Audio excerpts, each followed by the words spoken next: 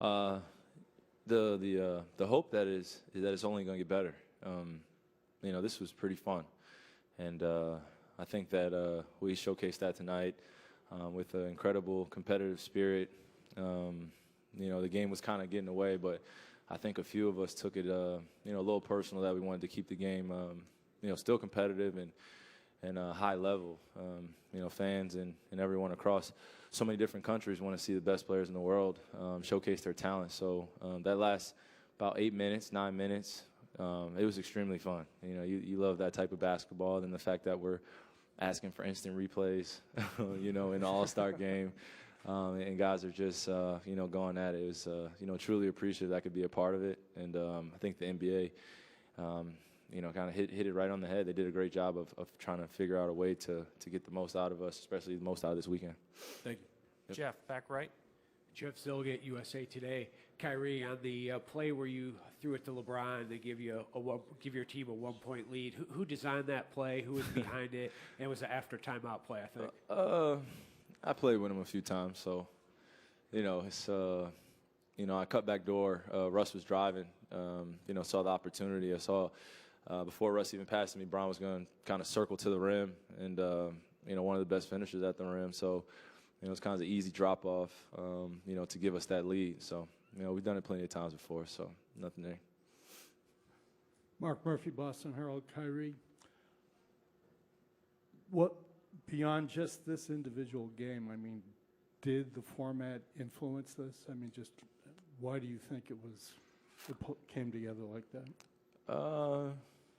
Well, I think that there was a goal that you wanted to attain. There was something that something that we could look forward to if we got a win.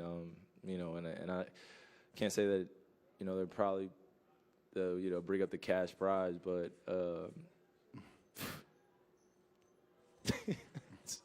100,000 to 25,000. I think everyone in this room would be doing the same things we were doing. But I think that it did give some incentive, but also, surrounding and circulating, kind of the opinions of what the All-Star game has kind of turned into.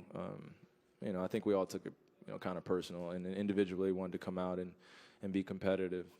Last year it was like 190 something to, it's just not. It's not as fun as kind of, communicating with guys that you don't necessarily play with every single day, and you bouncing ideas off in the timeouts, and it's just that competitive fire that we all share. Yeah, heading into the game, was there any concern about the mixing of conferences on the rosters, what that would do for camaraderie back here? Oh. Yeah. Mixing the rosters, East and West. Was there any concern about diluting the rivalries within that heading into the game? And what's your take now after the game? I think it worked. I think it worked pretty well. The fact that you get a chance to see that mix of interconference rivals and East-West is pretty awesome, because you get the unique opportunity to get to know people that you don't necessarily get to play against 4 times a year, 3 times a year. And then there's always that personal challenge as well.